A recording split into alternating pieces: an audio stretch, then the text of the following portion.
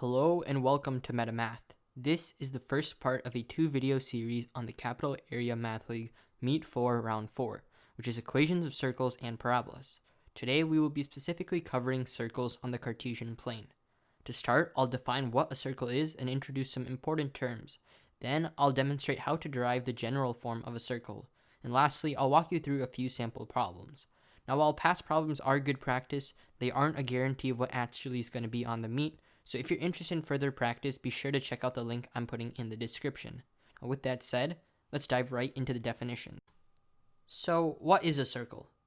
Simply put, it is a collection of all points that are equidistant from a fixed point called the center. The distance from the center to any point on the circle is known as a radius. Inside the circle, we can have line segments called chords. A chord has its endpoints on the circle, and if a chord happens to go through the center of the circle, we call it the diameter, which has a length of twice the radius. Both xy and AB are chords, but only xy is a diameter. Now, if a line touches the circle at exactly one point, then we say it is tangent to the circle. Tangents form a 90-degree angle when connected to the radius, as shown in the diagram. These are just some basic definitions, but it's really all you need to know conceptually for the round. At this point, I'm going to transition to talking about the equations of the circles on the coordinate plane. If you're interested in seeing how to derive the general formula, just keep watching. But if you already know how to do this, feel free to skip ahead to the Desmos section. To derive the general form of a circle, all we have to use is the distance formula. To think about what a circle could possibly look like on the coordinate plane, keep in mind that our center can go anywhere on the graph. So we could have center there, or there, or there, or there. So our center, which we probably will have to use a variable for, can change. And whenever we have our center, we have this circle right here, which will always have radius r. So we have a few variables here that we need to account for when making a general formula. So our center, we can go ahead and call h, k, and the radius, we can let it be r. To find the equation of a circle, we can go ahead and use the definition of a circle, which is the set of all points that are equidistant from the center. So what that means in terms of the distance formula is if we have some point xy, the distance from xy to hk will be r. To see that in terms of the distance formula, we can go ahead and plug x minus h squared, which is square of the distance in the x coordinates, plus y minus k squared, which is a square of the difference in the y coordinates, is equal to r. Squaring both sides gives us x minus h squared plus y minus k squared is equal to r squared, where h is the x coordinate of the center, k is the y coordinate of the center, and r is the radius. To see how we can derive this, just remember that the distance formula between any 2 points is simply the Pythagorean theorem. So this holds for all points once we're given h, k, and r, because h, k, and r are all going to be constants. So we choose them for the problem, or we're given them in the problem, and those determine what the possible values of x and y are. Once we're given h, k, and r, we have a set of points, x, y, that can satisfy this. So this is the general form of a circle that we will be using for the problems, and that's generally expected when they say the standard form or general form of a circle. This is the equation you should enter. Obviously, values of h, k, and r are expected. Just like with any other graph, it's important to know how we can transform the parent function. In Desmos, I've gone ahead and set up the general formula for a circle, x minus h squared plus y minus k squared is equal to r squared. And remember that h, k, and r will all be constants that you either plug in or solve for and then plug in. So by changing h, k, and r, we are going to change the position and the look of the graph. To see how changing each of those affects the graph, we can start changing each of them one at a time. So starting with r, remember that r is the radius of the circle. So if we increase r, we see that the circle gets big and actually seems to go pretty fast with increases in r. Likewise, if we decrease the value of r, the circle gets smaller, and it gets smaller pretty fast. If r is less than 1, it almost seems to shrink. And interestingly, at r equals 0, it seems to disappear. But in reality, there's just a point, because when r equals 0, the only point that satisfies this is h comma k. So when r is equal to 0, it turns into a point.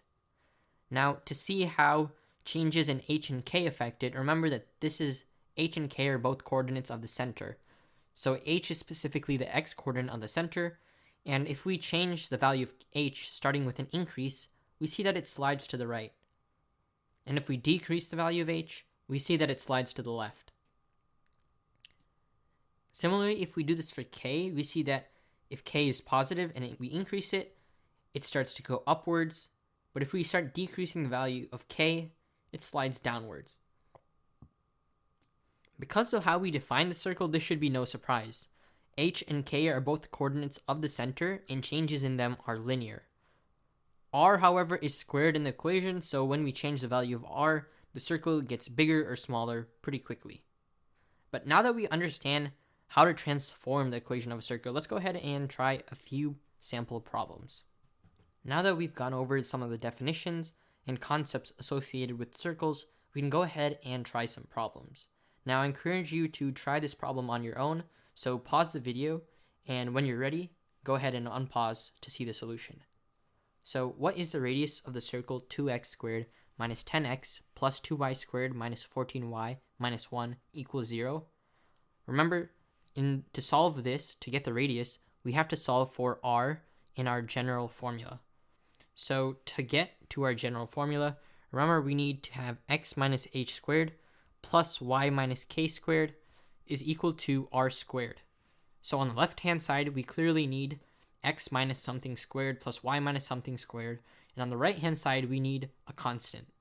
The equation we're given has a bunch of terms that we need to factor to get it to look like the general formula, and has nothing on the right-hand side, which we have to fix. So the first thing we can do is divide the both sides by 2 to get the x squared and y squared term to have coefficient 1. So when we divide both sides by 2, we get x squared minus 5x plus y squared minus 7y. And if we go ahead and add the 1 to the right-hand side before we divide, we get 1/2 on the right-hand side. So here we can go ahead and complete the square. So completing the square is a technique that involves taking advantage of the general form and the expansion of something like x minus h squared. So we know that if we expand x minus h squared, we'll get x squared minus 2xh plus h squared. So we can use that to take something like x squared minus 5x and transform it in reverse to look like that. To do that, all we have to do is look at the coefficient of x, which is negative 5, divide that by 2, and turn that into the squared. So x minus 5 over 2 squared, when we expand this, will give us x squared minus 2 times 5 over 2 times x plus 25 over 4, which is 5 over 2 squared.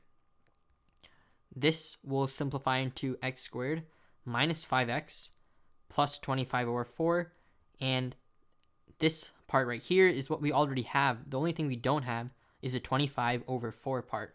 So to fix that, all we have to do is add it to both sides.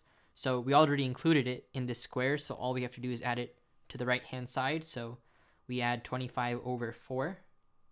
And we can do something similar for the y. We complete the square on y. So to do that, we again look at the coefficient of y, which is negative 7.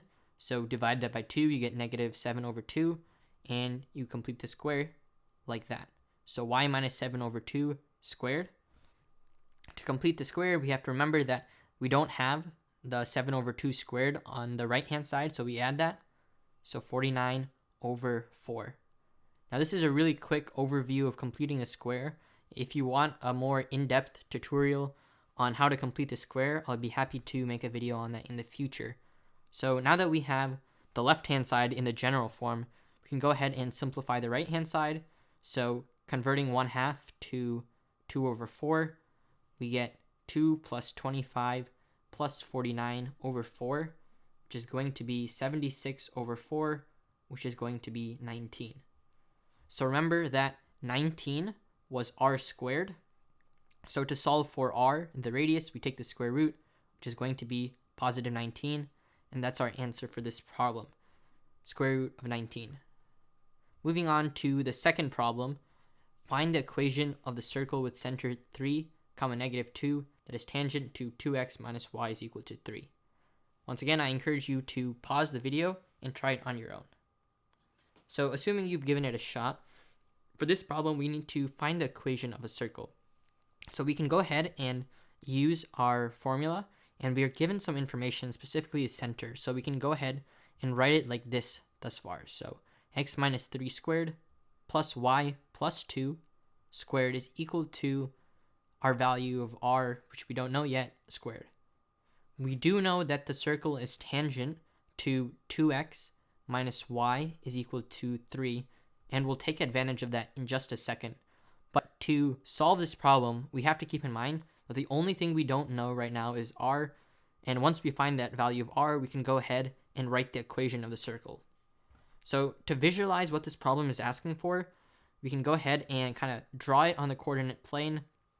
If we plot the value of the center, which is 3, negative 2, it would be somewhere around here. And we have to think about the graph of 2x minus y is equal to 3. So if we think about the circle, it might look something like this. And if we think about the value, or this graph 2x minus y is equal to 3, if we rewrite it as y is equal to y is equal to 2x minus 3, then we can go ahead and see that it might look something like this. And at this point here, there could be a tangency. If we connect the center, we'll see that there will be a right angle. So that tells us that what we're specifically looking for is this distance r, distance from the center to the point of tangency. Remember that circles or lines that intersect the circle in exactly one point, or aka that are tangent to the circle, they intersect exactly one point. This point of intersection, if we connect it to the radius, forms a 90-degree angle, and we can go ahead and use the distance formula. So there is a actually distance formula for the distance between a line and a point.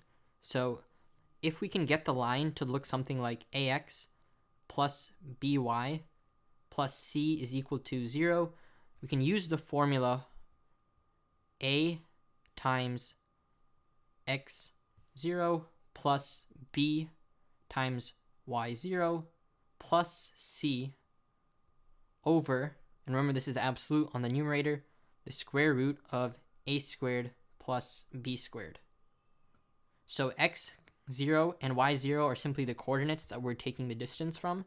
In this case, it's the center, which is 3, negative 2. So if we go ahead and apply the formula, we first have to convert this to the ax plus by plus c, which is standard form.